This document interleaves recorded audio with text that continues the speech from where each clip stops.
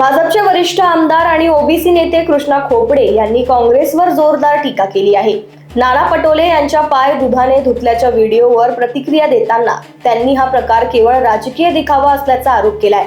तसेच ओबीसी जनजागरण यात्रेवरूनही काँग्रेसवर निशाणा साधत सत्तेत असताना ओबीसीसाठी स्वतंत्र मंत्रालय किंवा ठोस निर्णय घेतले नाहीत असा दावा त्यांनी केलाय। देवेंद्र फडणवीस यांच्या नेतृत्वात ओबीसी समाजासाठी अनेक महत्त्वाचे निर्णय घेण्यात आल्याचे सांगत काँग्रेस आता ओबीसींच्या नावावर राजकारण करत असल्याचा आरोप खोपडे यांनी केला आहे। वडट्टीवार साहेबांनी स्वतः चिंतन करण्याची आवश्यकता आहे, कारण काँग्रेसच्या काळामध्ये ओबीसीचे मंत्री म्हणून विजय वडट्टीवार हे अनेक वर्ष मंत्री होते आणि त्या काळामध्ये त्यांनी एकही निर्णय ओबीसीच्या संदर्भात घेतला नाही। आणि काँग्रेसची संस्कृती आहे, काँग्रेसची परंपरा आहे, सत्ता राहिली तर काही करायचं नाही आणि सत्ता गेली तर मग त्यांना ओबीसी आठवण येते, अन्य विषय त्या ठिकाणी आठवण येतात।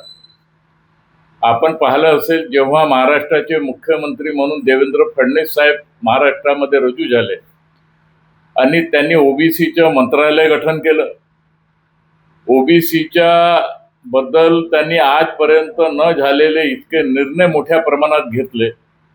ओबीसी समाजाला राहत देण्याचं काम कोणी केलं असेल तर महाराष्ट्र सरकार आणि देवेंद्र फडणवीस साहेबांनी त्या काळामध्ये केलं आणि आज बी ओबीसीच्या संदर्भात ते सक्षम नेतृत्व म्हणून त्या ठिकाणी काम करत आहे।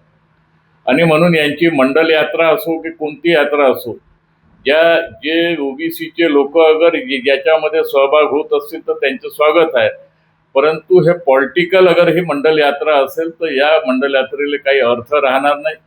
कारण काँग्रेस अगर याच्यामध्ये इन्व्हॉल्व या मंडल यात्रेमध्ये असेल तर काँग्रेसच्या परंपरा अनुसार ओबीसीला कुठंतरी ते गुमराह करत आहे।